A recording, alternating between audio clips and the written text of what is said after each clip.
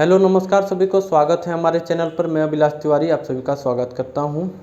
आज बात करेंगे क्लास 10 और 12 का एग्ज़ाम होने वाला है, मार्च में स्टार्ट होने वाला है और अभी टाइम है कि आप लोग सब सीरियस हो जाइए। अगर अब सीरियस नहीं होइएगा तो फिर आपका रिजल्ट पे असर पड़ेगा।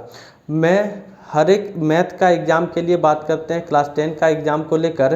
तो क्लास 10 में जो जो इम्पोर्टेंट टॉपिक है आने वाला है, उस टॉपिक के बारे में एक सीरीज़ लेके मैं हर दिन आप लोग के लिए लाऊंगा।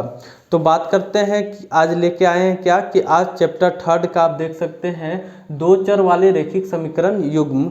ये जो टॉपिक, ये जो चैप्टर है, ये बहुत इंपॉर्टेंट चैप्टर है। और इस चैप्टर में बात करेंगे क्या कि इस चैप्टर से जो क्वेश्चन आने वाले हैं वो फिक्स है कि इस चैप्टर से किस क्वेश्चन आएंगे, कौन सा टॉपिक से आएगा, ये फिक्स है। भले क्वेश्चन बदल सकता है लेकिन बनने का तरीका नहीं बदलेगा। बात करेंगे क्या कि आप लोग सभी को पता होगा, दो चर वाले रैखिक समीकरण में a1x plus b1y plus c1 बराबर 0 और a2x plus b2y plus c2 बराबर 0 होता है। ये दो चर वाले रैखिक समीकरण युग्म कहलाते हैं। इस समीकरण में आप सभी को ध्यान होगा कि इसमें निकाला क्या जाता है, तो x का मान और y का मान हम लोग इसमें निकालते हैं। ध्यान से समझें, इसमें हम लोग x और y का मान निकालते हैं। और इस x और y का मान हम लोग दो तरीके से निकालते हैं। ध्यान से समझें, दो तरीके से निकालने का मतलब है, पहला तरीका है इसको हम ग्राफीय विधि द्वारा सॉल्व करते हैं, वो हो सकता है आपके लिए इंपॉर्टेंट है आए। और दूसरा है बीजगणितीय विधि। अब बीजगणितीय विधि में तीन जो है मेथड है, तीन विधि है, वो तीन विधि के बारे में हम जिक्र करेंगे। पहला विधि है प्रतिस्थापन विधि, फिक्स है आएगा क्वेश्चन। दूसरा है विलोपन विधि, तीसरा है वज्र गुणनखंड विधि। ये तीन विधि से आप लोग के लिए क्वेश्चन फिक्स है, क्लास 10 में आएगा ही आएगा। और भले क्वेश्चन बदल दे लेकिन ये तीनों का यूज करना है। आज वही विधि के बारे में हम लोग जिक्र करेंगे। तो पहला विधि का नाम जो है वो क्या है, प्रतिस्थापन विधि। ध्यान से समझे, पहला विधि जो हम लोग बात करेंगे प्रतिस्थापन विधि। प्रतिस्थापन विधि, ये प्रतिस्थापन विधि क्या है इसके बारे में बात करेंगे। इसको इंग्लिश में बोला जाता है सब्स्टिट्यूशन मेथड। प्रतिस्थापन विधि क्या है, तो एक ऐसा विधि जो किसी दूसरे पे प्रतिस्थापित कर देना ही क्या कहलाता है, प्रतिस्थापन विधि। यानी एक समीकरण दूसरे समीकरण में प्रतिस्थापित कर देना ही क्या कहलाता है, प्रतिस्थापन विधि कहलाता है। एक क्वेश्चन से इसको सॉल्व करेंगे। क्वेश्चन है 7x माइनस 15y बराबर 2 और दूसरा है x प्लस 2y बराबर 3। ये एक जो है समीकरण है दो चर वाले रैखिक समीकरण युग्म में। इस क्वेश्चन को किस विधि से सॉल्व करना है, तो प्रतिस्थापन विधि से। अब ध्यान से समझें इसको बनाना किस तरीके से है। अब मान लेते हैं कि ये दो समीकरण है, इस समीकरण को एक नाम दे देते हैं और इस समीकरण को दो। अब आपको करना क्या है कि इस दो समीकरण में कोई भी एक समीकरण उठाएं और उसको हल करें। तो हम समीकरण 2 को लेते हैं, दो समीकरण से हमें क्या मिलता है वो लिखेंगे। तो लिखेंगे समीकरण 2 से, समीकरण 2 से ध्यान से समझें, x प्लस 2y बराबर 3 है। तो एक चर को इधर रखना है। चर तो समझ में आता है, वे चर उसको बोलते हैं जिसका मान कभी जो हमेशा क्या है, बदलते रहे। और अचर उसको बोलते हैं जिसका मान कभी ना बदले। तो ये x y ये सब क्या है, चर कहलाता है। तो समीकरण 2 में क्या है, x प्लस 2y बराबर 3। एक चर को इक्वल टू के इधर रखना है, बाकी सबको उधर ले जाना है। तो हम लिख सकते हैं, क्या लिख सकते हैं, x बराबर 3 माइनस 2y लिख सकते हैं। अरे बोलो, बिल्कुल लिख सकते हैं। क्यों लिख सकते हैं, क्योंकि ये प्लस 2y है, उधर जाएगा तो क्या बनेगा, माइनस 2y। अरे बोलो हाँ, x बराबर क्या है, 3 माइनस 2y। इसको मान लेते हैं हम समीकरण, क्या मान लेते हैं, समीकरण 3। इसको हम समीकरण 3 मान लेते हैं। अब ये जो समीकरण 3 है, इसको हम समीकरण 1 में रखें तो क्या होगा, इसी को प्रतिस्थापन कहते हैं। यानी ये समीकरण 3 को हम प्रतिस्थापित कर देंगे किसमें, समीकरण 1 में। बहुतों का क्वेश्चन आएगा सर समीकरण 2 में क्यों नहीं, क्योंकि ध्यान दे भैया कि ये जो समीकरण 3 है ये कहाँ से निकल के आया है, तो समीकरण 2 से ही निकल के आया, इसलिए हम इसको समीकरण 1 में स्थापित करेंगे। तो मैं लिखता हूँ क्या कि x का मान समीकरण 3 में रखने पर, रखने पर। अगर हम समीकरण 3 में रखते हैं तो क्या होता है, तो समीकरण x का मान समीकरण 1 में रखने पर, तो एक समीकरण क्या है 7x - 15y बराबर 2। तो x का मान है क्या 3 - 2y, तो x के जगह पर हम क्या रखेंगे 3 - 2y -15y बराबर 2। तो ये 7 बाहर है, ये 7 दोनों से क्या होगा, अरे बोलो क्या होगा, गुना होगा। तो 7 या 21 -14y और -15y बराबर 2। तो अब ध्यान से देखें -14y और -15y कितना हो जाएगा, -29y बराबर, ये 2 इधर है तो 2 इधर ही रहेगा, और ये 21 प्लस में उधर जाएगा तो -21 बन जाएगा। ध्यान से समझें। अब -29y बराबर +2 -21 क्या हो जाएगा, -19 होगा। तो माइनस माइनस दोनों तरफ है खत्म, तो y का मान क्या निकला 19/29। अरे दोबारा बोलो, माइनस y का मान क्या निकला 19/29। अब ध्यान से समझें, इस y का मान हमको किस पे रखना है, समीकरण 3 में। क्यों रखेंगे सर, क्योंकि समीकरण 3 में रखने पर हमारा ये जो x है इसका मान सामने निकल के आएगा। तो हम यहाँ लिखेंगे y का मान समीकरण 3 में रखने पर, समीकरण 3 में रखने पर, समीकरण 3 है क्या उसको नोट डाउन करें, x बराबर 3 - 2y। अब ध्यान से समझें 3 - 2 y का मान क्या है, रे बोलो, y का मान 19/29 है।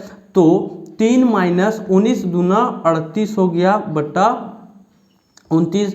अब तो ये भिन्न का घटाव आता होगा, इसके नीचे कुछ नहीं है तो एक है 19 और 29 और एक कैल्शियम लेंगे तो होगा क्या 29, और एक को 29 से भागा देंगे तो 29 29 या 87 - 38, और 87 में 38 घटाएंगे तो आएगा क्या 49/29। ये आया किसका मान, x का मान आया कितना 49/29। यही कहलाता है प्रतिस्थापन विधि। इससे इस विधि से हम किसका मान निकालें, x और y का मान हम निकाल चुके हैं। अब दूसरा विधि के बारे में बात करेंगे तो ध्यान से समझें, दूसरा विधि क्या कहलाता है, दूसरा विधि विलोपन विधि कहलाता है। आखिर ये विलोपन विधि है क्या, तो ध्यान से समझें, ये विलोपन विधि है क्या। विलोपन विधि उस विधि को कहते हैं जिस विधि में एक पद को दूसरे पद में विलुप्त कर देना, यानी एक पद को दूसरे पद में समाहित कर देना ही क्या कहलाता है, विलोपन विधि। इसको भी समझने के लिए एक आसान तरीका है, इसके लिए एक क्वेश्चन सॉल्व करेंगे और साथ ही साथ आप लोगों को समझ में आ जाएगा। जैसे है x + y बराबर 5 और दूसरा है 2x - 3y बराबर 4। ये दो समीकरण है, इसको विलोपन विधि से सॉल्व करना है। तो इसको विलोपन विधि से सॉल्व कैसे करेंगे, तो आइए बात करते हैं इसको विलोपन विधि से सॉल्व कैसे करें। ये दो समीकरण है, इसको नाम रख लेना है, एक समीकरण 1 और समीकरण 2। अब ध्यान से समझें कि ये समीकरण 1 या 2 को करना क्या है, अब इस विलोपन विधि में एक कोई पद को दूसरे पद से क्या करना है, बराबर लाना है। जैसे समझ में नहीं आ रहा, ध्यान से समझें, ये x है ये x है, यानी ये दोनों को बराबर करना है या तो ये दोनों को बराबर करना है। यहाँ x है यहाँ 2x है, इसको क्या चीज से गुना कर दें कि ये दोनों बराबर आ जाएगा। मन में आ रहा होगा क्या कि सर जी इसको 2 से गुना कर दीजिए। अच्छा, फिर ये 3y है, अगर इसको 3 से गुना करते हैं तो ये भी हो जाता, कोई एक करना है तो हम मान लेते हैं ये समीकरण को क्या करते हैं, बराबर करते हैं। तो बराबर करने के लिए क्या होगा, ये पूरा समीकरण को 2 से गुना करना पड़ेगा। तो समीकरण 1 को क्या करना है, 2 से गुना करने पर,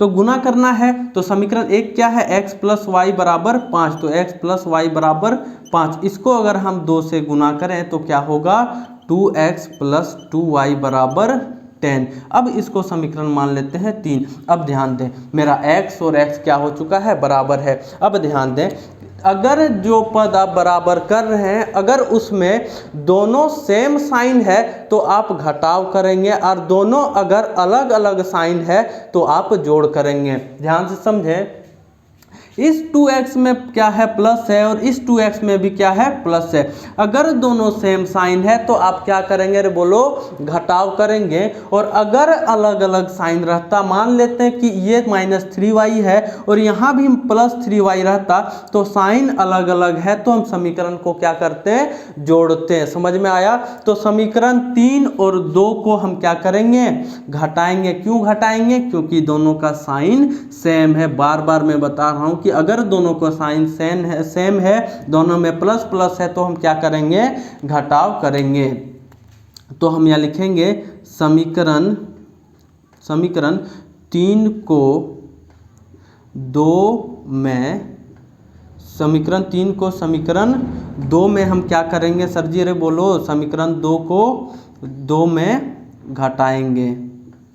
घटाने पर तो समीकरण 3 को हम किस पे घटाएंगे, समीकरण 2 में। समीकरण 3 है, समीकरण 2 है क्या, 2x - 3y बराबर 4। समीकरण 3 क्या है, 2x + 2y बराबर 10। अब ध्यान से समझें कि ये समीकरण आए, अब हम क्या बोले हैं कि हम इसको घटाएंगे। घटाएंगे मतलब साइन चेंज हो जाएगा, जो साइन यहाँ है उसका उल्टा होगा। यहाँ प्लस है तो यहाँ माइनस, यहाँ प्लस है तो यहाँ माइनस, यहाँ प्लस है तो यहाँ माइनस हो जाएगा। ये अब देखिए ध्यान से, ये +2x, ये -2x, काम खत्म। -3y और -2y क्या होगा, -5y, +4 -10 तो -6, माइनस माइनस खत्म। तो y का मान क्या निकल के आया, y का मान जो है आप लोगों के लिए 6/5 निकल के आया। अब इस y का मान हम कहाँ रखेंगे, समीकरण 3 में चाहे या तो समीकरण 2 में। ध्यान दें समीकरण 1 में हमको नहीं रखना है। क्यों?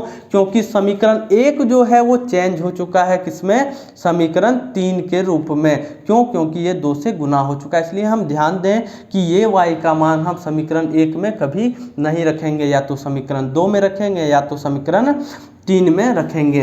तो हम रखते हैं, किसी एक में रखते हैं, हम 2 में रखते हैं। तो लिखेंगे y का मान समीकरण